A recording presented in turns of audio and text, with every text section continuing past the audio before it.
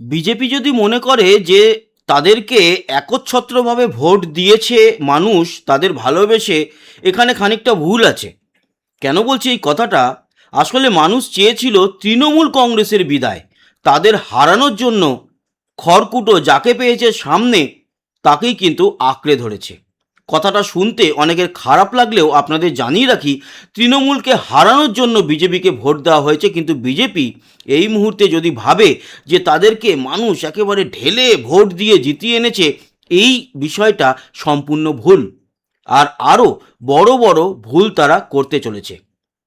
এখন বিজেপির উচিত ছিল চুপচাপ থাকা, অন্য দল থেকে কাউকে না নেওয়া এবং সমাজ ব্যবস্থাকে ঠিকঠাকভাবে গঠন করা, যা যা ভালো কাজ করতে হবে পশ্চিমবঙ্গের জন্য সেগুলো করা, চুপচাপ থাকা, অন্য দলের থেকে কাউকে না নেওয়া।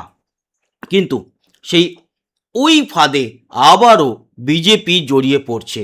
এটা বিজেপির জন্য আগামী ভবিষ্যতে খুব খারাপ হতে চলেছে। আমার কিচ্ছু এসে যায় না এগুলো বলতে। কেন বলুন তো? যখন তৃণমূল কংগ্রেস ক্ষমতায় ছিল তখনও কিন্তু আঙুল তুলে চিৎকার করে তাদের বিরুদ্ধে কথা বলেছি। বিজেপির যেগুলো খারাপ সেগুলোকে আমার বলতে একেবারেই কোনো দ্বিধাদ্বন্দ্ব নেই, থাকা উচিত নয়। তার কারণ আমরা সাধারণ মানুষের কথা বলি, সাধারণ মানুষের জন্য কাজ করি।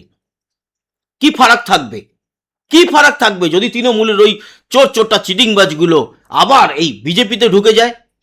যেরকমটা সিপিএম যা করেছিল, সেই সমস্ত লোকজনকে নিয়ে এসেছিল মমতা বন্দ্যোপাধ্যায় টিএমসিতে।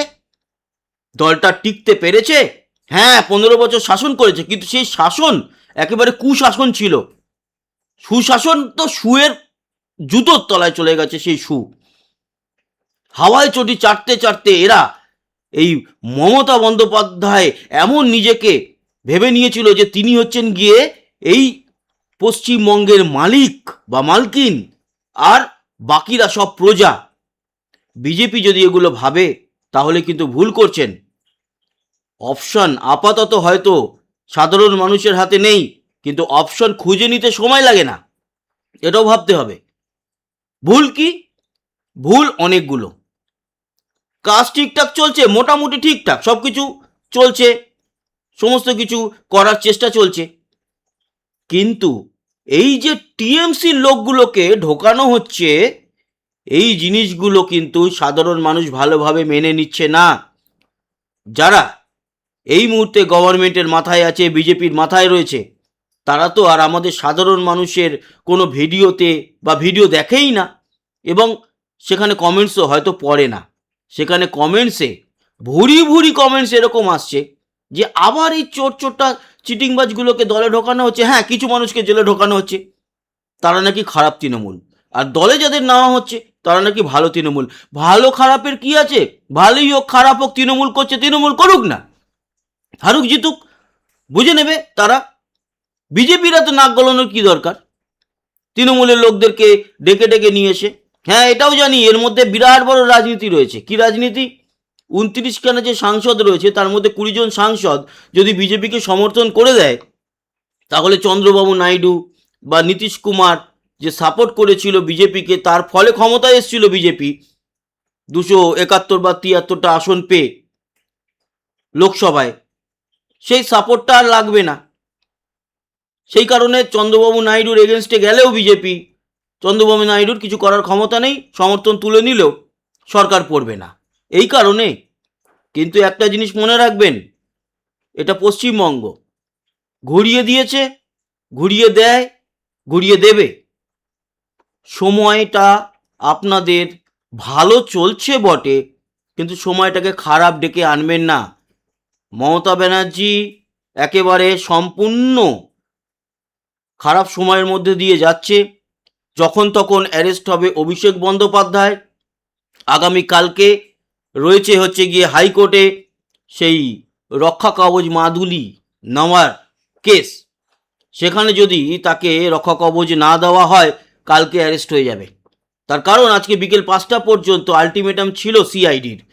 এই যে জালিয়াতি করেছে, সই জালিয়াতি করেছে বিধানসভায়, এর থেকে আর কি পাবো আমরা?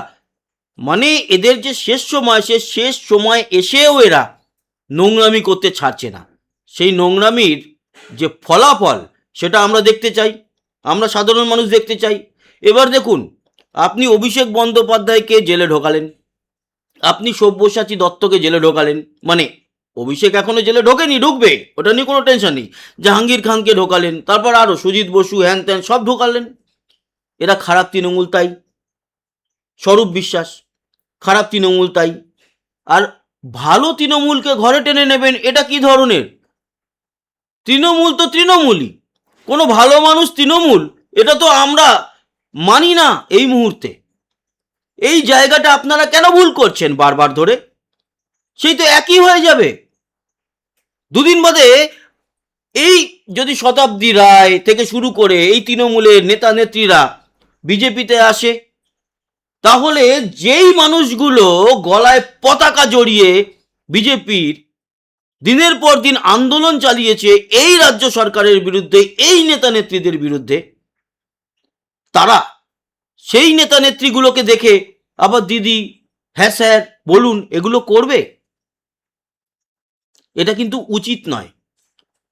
সাধারণ মানুষ কিন্তু এই কারণে বিজেপিকে ভোট দেয়নি। সাধারণ মানুষ তৃণমূলকে হারানোর জন্য ভোট দিয়েছে, আপনাদেরকে সামনে পেয়েছে তার জন্য।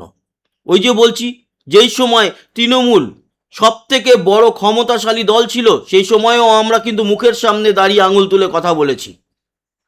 প্রচুর মানুষ আমাদের কেস খেয়েছে, জেল হেফাজত হয়েছে। আপনাদের সম্পর্কেও বলবো, এই জিনিসগুলো করবেন না প্লিজ, একদম করবেন না। সাধারণ মানুষ এগুলো চায় না। সাধারণ মানুষ চায় যেন কোনো অন্য দল থেকে বিজেপিতে না আসে। যে কজন আছে নেতা মন্ত্রী, তাদের নিয়ে চালান না দল, অসুবিধা কি আছে? সাধারণ মানুষ আছে আপনাদের সঙ্গে। আর আপনারা ভাবছেন ওই লোকালে সংগঠন তৈরি, সংগঠন ছাড়া জিতে এসেছেন, এটা ভাবুন। সংগঠন কোথায় ছিল? বুথে লোক দিতে পারেননি অনেক জায়গায়, তা সত্ত্বেও জিতে এসছেন।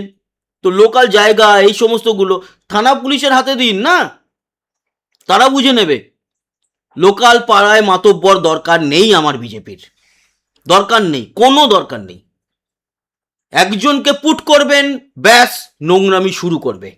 আর সে যদি আবার তৃণমূল থেকে আসা হয়, তাহলে আপনাদের জানিয়ে রাখি 2 বছরও লাগবে না, আপনাদের সম্পর্কে সব মানুষের ধারণা চেঞ্জ হয়ে যাবে। এখনো সময় আছে। নিজেদেরকে একটুখানি ঠান্ডা মাথায়, ঠান্ডা ঘরে বসে মাথাটাকে ভাবা প্র্যাকটিস করুন ঋত্বিক ঘটকের মতো, এবং তারপর ডিসিশন নিন। কোনো প্রয়োজন নেই। আপনারা যদি মনে করেন বিজেপিকে সাধারণ মানুষ ভোট দিয়ে নিয়ে এসেছে, তার জন্য সাধারণ মানুষকে বা সাধারণ মানুষের জন্য আপনারা কাজ করুন। তৃণমূলের লোকগুলোকে ডেকে ডেকে নিয়ে এসে আপনারা যদি এই দলটাকে আবারও পশ্চিমবঙ্গের নোংরা একটা জঘন্য বমিযুক্ত দুর্গন্ধময় দল বানিয়ে দেন, তাহলে সাধারণ মানুষ আপনাদের উপরেও বমি করবে, যেরকমটা মমতা বন্দ্যোপাধ্যায়ের উপরে করেছে এবছরে। সাবধান হন। আমার বেশি কিছু বলার নেই, কিন্তু গত 3-4 দিন ধরে এতগুলো কমেন্টস এসছে এই বিষয় নিয়ে, আমি না বলে পারলাম না। আবারও বলছি, এখনো এমন কিছু বড় ঘটনা ঘটে যায়নি, তাই আপনারা নিজেদেরকে সংযত করুন। হুটহাট করে দলে প্লিজ কাউকে নেবেন না। চলতে দিন, সরকার চালান, নিশ্চিন্তভাবে চালান, আমরা পাশে থাকছি, আমরা পাশে আছি। কিন্তু এই ধরনের কোনো অন্য দল থেকে কাউকে আপনারা নেবেন না। তার থেকে বরঞ্চ আপনারা বেছে বেছে সাধারণ মানুষ যারা আছে, যারা গলায় পতাকা নিয়ে লড়েছে, হাতে পতাকা নিয়ে লড়েছে, মার খেয়েছে, তাদেরকে তুলে আনুন, তাদেরকে নেতা নেত্রী বানান। এই চোর চিটিংবাজগুলোকে নয়। কোনো দরকার নেই এদের দলের। ভালো থাকবেন, সুস্থ থাকবেন, সাবস্ক্রাইব করে সঙ্গে থাকবেন, লাইক আর শেয়ার করবেন ভিডিও। ততক্ষণের মতো টাটা।